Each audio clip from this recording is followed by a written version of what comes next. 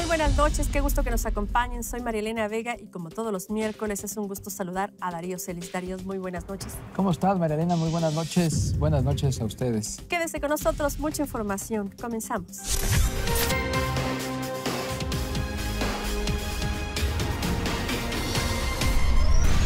A finales de mes se llevarán a cabo las nuevas elecciones al interior de la Confederación de Cámaras Industriales, la CONCAMIN, y será el 9 de febrero cuando se dé a conocer quién sustituirá a Manuel Herrera. Los transportistas de cargas a través de la Canacar informaron que ya preparan un documento para entregar al SAT, esto con el objetivo de que los camiones robados puedan ser deducibles como gasto a través del IVA o el ISR. Pues de enero a noviembre del año pasado reportaron 2.733 robos a camiones de carga, 95.2% más que en el mismo periodo del 2016. El Instituto Federal de Telecomunicaciones publicó los nuevos lineamientos que establecen parámetros de calidad de los servicios móviles, con lo que las llamadas interrumpidas o caídas no deberá ser mayor al 2% y los intentos de llamadas fallidas deben ser menor o igual al 3%. Comenzó a operar un modelo intersecretarial e interestatal para fortalecer la seguridad en los principales destinos turísticos. Esto con el objetivo de seguir posicionando a México dentro de los 7 primeros destinos turísticos, asegura Enrique de la Madrid, secretario de Turismo, aunque dice hace falta que inversionistas acrediten el origen y legalidad de sus recursos, dado que el Estado en la actualidad asume dicha carga.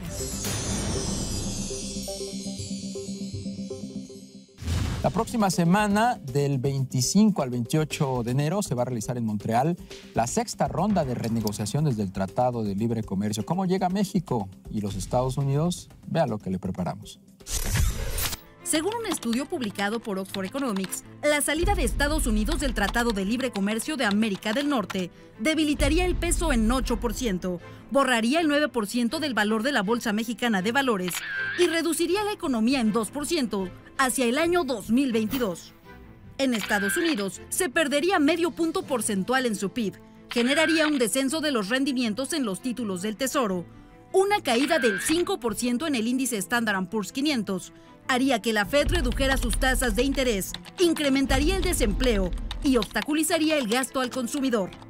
En cuanto al impuesto arancelario, el vecino país llevaría las de perder, pues en las reglas de la OMC, México cobraría un promedio de 7%, Canadá un 4,1% y Estados Unidos 3,5%. El Congreso de Estados Unidos podría demandar a Trump por salirse de un tratado cuando este tuvo que ser aprobado por el cuerpo legislativo, por lo que el destino del Telecán estaría en un litigio de la Suprema Corte de los Estados Unidos que puede durar hasta 2 años, mientras el Telecán mantendría su estatus. La próxima semana en Montreal se va a llevar a cabo la 6ª ronda de renegociaciones del Tratado de Libre Comercio.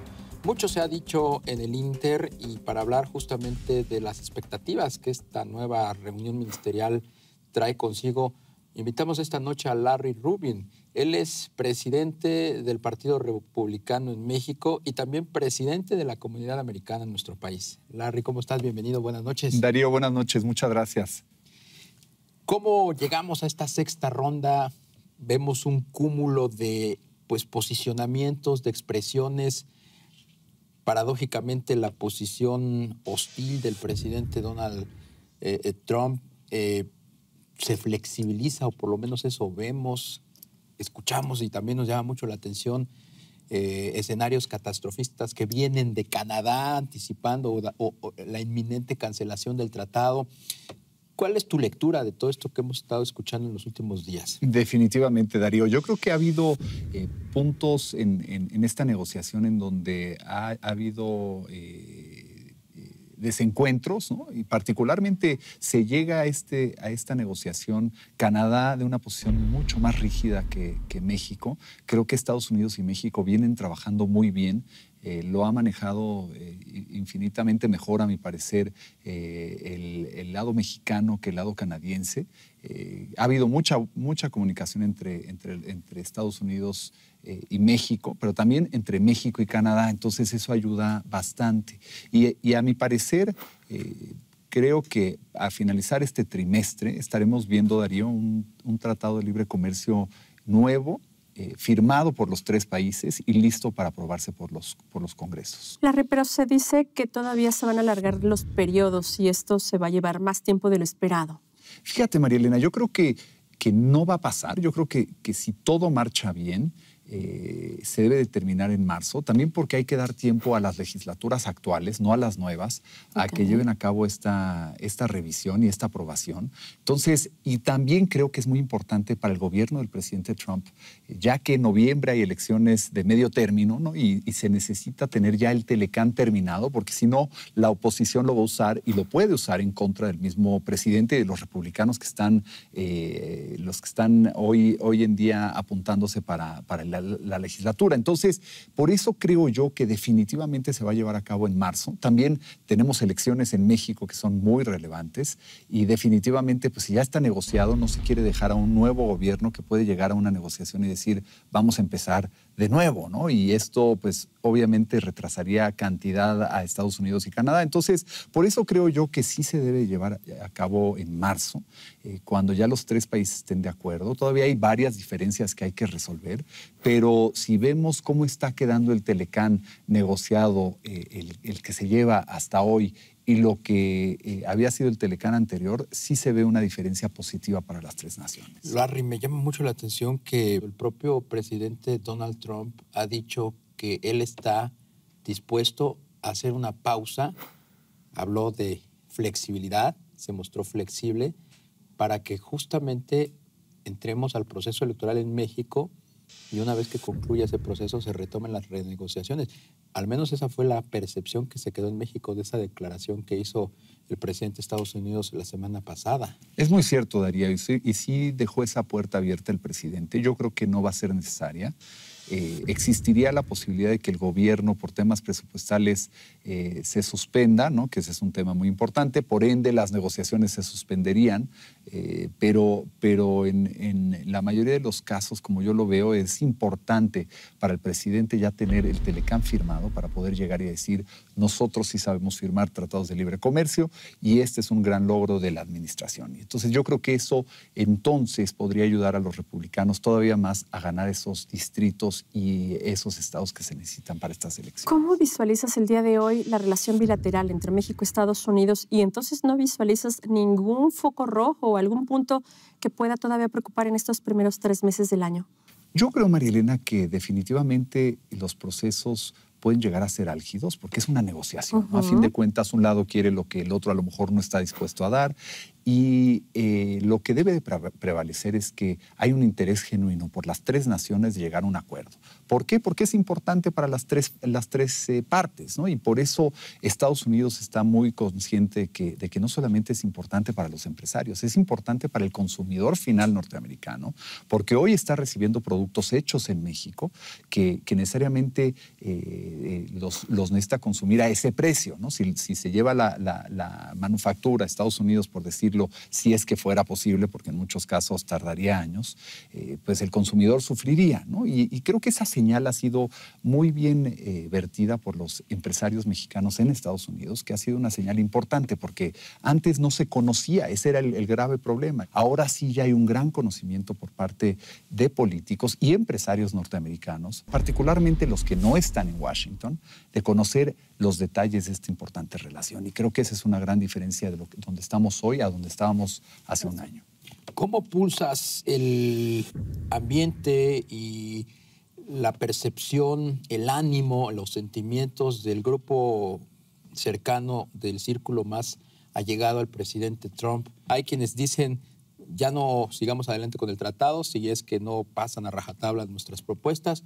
Y hay quienes le dicen al presidente Trump, no, señor presidente, sigamos adelante negociando para construir algo en beneficio de las 3 economías. Es cierto, Darío. Yo creo que que sí se ha venido flexibilizando más posiciones más complicadas, a lo mejor como Pete Navarro. Gary Cohn ha ayudado muchísimo también en enseñar una fotografía completa de lo que requiere y lo que impulsa el Telecán. Sin duda el Senado ha jugado su parte muy importante porque los senadores han sido presionados por sus electorados de que el Telecán es algo muy importante para sus distritos y sus estados. Y creo que todo este compendio de esfuerzos está teniendo resultados. Sin duda los empresarios norteamericanos siempre han impulsado el Telecán y fueron los que originalmente lo firmaron, y Tom Donahue en su visita a México fue muy explícito en decir el Telecán es necesario. ¿Podría entonces pensar con lo que estás comentando que no se esperan más salidas de inversiones de México hacia Estados Unidos o que se regresen a Estados Unidos? Muy buen punto, María Elena. Yo creo que el riesgo mayor, más allá del Telecán, es la reforma fiscal que se llevó a cabo en Estados Unidos, ¿no? Bajar los impuestos al prácticamente 20%, 21% es muy importante, y eso sí puede hacer a Estados Unidos muchísimo más atractivo. Mi particular punto de vista es que México requiere en los próximos meses llevar a cabo una reforma fiscal integral también. ¿Por qué? Pues para estar competitivo en la región. Pues entonces ya las empresas no van a tener que decidir yo quiero estar en una tasa del 21% o tengo que estar en una tasa del 30%, por ejemplo. ¿Qué te dicen tus conciudadanos y nuestros conciudadanos también ya sobre este riesgo que implicaría pues que Estados Unidos se saliera del Tratado de Libre Comercio? Primero, Darío, hubo el año pasado pues, bastante miedo de que eso sucediera. Creo que a lo largo de los últimos meses ha habido una tranquilidad sabiendo que el Telecán va en buena medida marchando bien, ¿no? Hay negociaciones que han sido más álgidas que otras, pero definitivamente los resultados ahí están. Y ahora empiezo a notar en estas últimas semanas, particularmente después de los comentarios del presidente Trump, que están bastante más optimistas y están contentos de ver un Telecán renovado, un Telecán también que incluya términos de corrupción, que ha sido uno de los grandes problemas y cánceres de México que preocupa al empresario norteamericano, porque muchas veces tienen que enfrentarse con políticos que quieren pedirles dinero y que no pueden dárselos. Las empresas americanas no pueden porque no solamente ellos, sino hasta el presidente de la empresa en Estados Unidos se va a la cárcel, ¿no? Entonces, definitivamente ya el que esto se incluya en el Telecán creo que va a ser muy positivo, no nada más para la inversión americana y extranjera, sino a fin de cuentas para el empresariado en su contexto general, ¿no? También el empresariado mexicano. Ya, pues muchísimas gracias, Larry, por esta charla. Sin lugar a duda vamos a seguir consultándote y visualizando cómo se llevan a cabo las negociaciones. Con todo gusto, María Elena, muchísimas gracias. Muchas gracias, Larry Darío, al Rubin, contrario. Presidente del Partido Republicano en México y también representante de la comunidad americana en nuestro país. Muy buenas noches, gracias. Gracias, Darío. María Elena, gracias. Muy buenas noches. Como siempre, muchas gracias a usted por el favor de acompañarnos. Los esperamos el próximo miércoles aquí en Índice Económico.